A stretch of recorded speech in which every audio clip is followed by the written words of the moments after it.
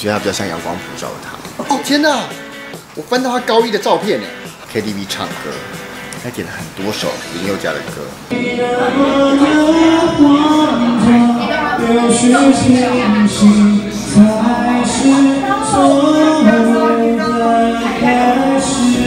他其实非常有家教，他是一个就是这样，不是就是这样。他不是那种哦，我觉得自己很帅那种，就是那种他可能就是还是保持低调，他有自己的一个节奏啦，对。但是他是风云人物没错，对。但是他不会觉得自己因为是风云人物，好像就特别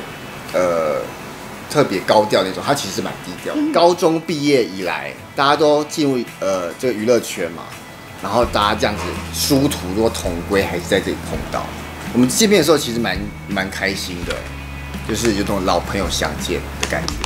那拍戏之后，就是你们在合作啊，你有没有觉得他有什么地方不一样，或者是有什么让你印象深刻的地方？哦，我觉得他更稳重，而且他以前对于表演这件事情可能没有这么的专注在这件事情上面，可是我这以前是高中，因为我是戏剧班，他不是，所以他可能对于表演这件事情，我可能那个时候还没有观察到。所以他是美术班之类的。他是普通班，他只是爱唱歌，他是一个爱唱歌的大男孩这样子。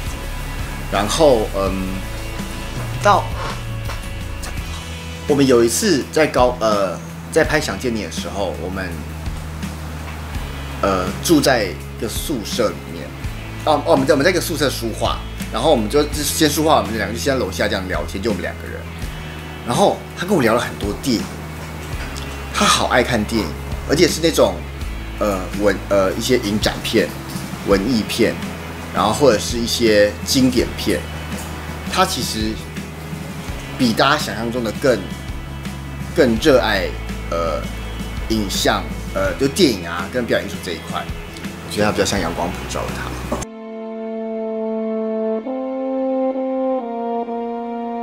真的吗？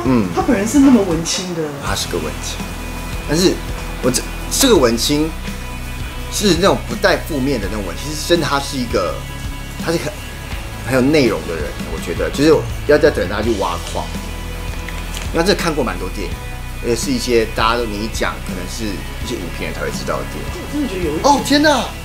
我翻到他高一的照片呢，因为他跟我的合照，这是我高一的公演，他来看，很不一样耶。我高中，因为我那时候龅牙还没有整。哦，是这样的吗？你怀疑我整形？怎么可能？真的很不一样吗？因为这有化妆，这有化一个很浓的舞台妆。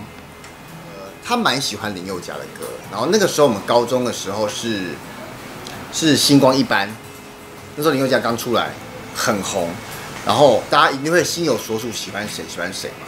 那我猜他喜欢林宥嘉，因为他那个时候我们在学校有一个学校的活动，他有上台唱歌过，就是全校都在下面，因为那好像是一个学校办的舞会，他就唱了那个林宥嘉的那个《我爱的人》，然后我们后来在直播结束，我们的那个《想见你》的首映直播，不是首映，是什么？最后一次的大结局的直播，直播在看。对，然后我们有去 KTV 唱歌。他点了很多首林宥嘉的歌。我